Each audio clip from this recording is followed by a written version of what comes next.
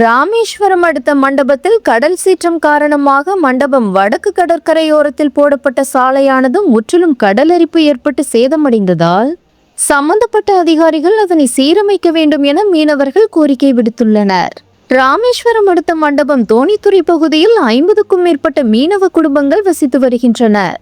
இந்த நிலையில் வங்கக்கடலில் உருவான டிட்வா புயல் காரணமாக ராமேஸ்வரம் தீவுப்பதி முழுவதும் மணிக்கு 50 முதல் 65 கிலோமீட்டர் வேகத்தில் காற்று வீசி வருவதோடு மிகவும் கடல் சீற்றத்துடன் காணப்பட்டு வருகிறது.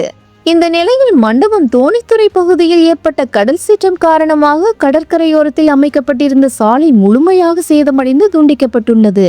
இதனையடுத்து போக்குவரத்து பாதிக்கப்பட்டுள்ளதால் அன்றாட அத்தியாவசிய தேவையான அரிசி, பால், பருப்பு, காய்கறி உள்ளிட்ட பொருட்களை வாங்க முடியாமல் மீனவ கிராம மக்கள் வீட்டுக்குள்ளேயே முடங்கி கிடக்கும் சூழ்நிலை உருவாகி வருகிறது.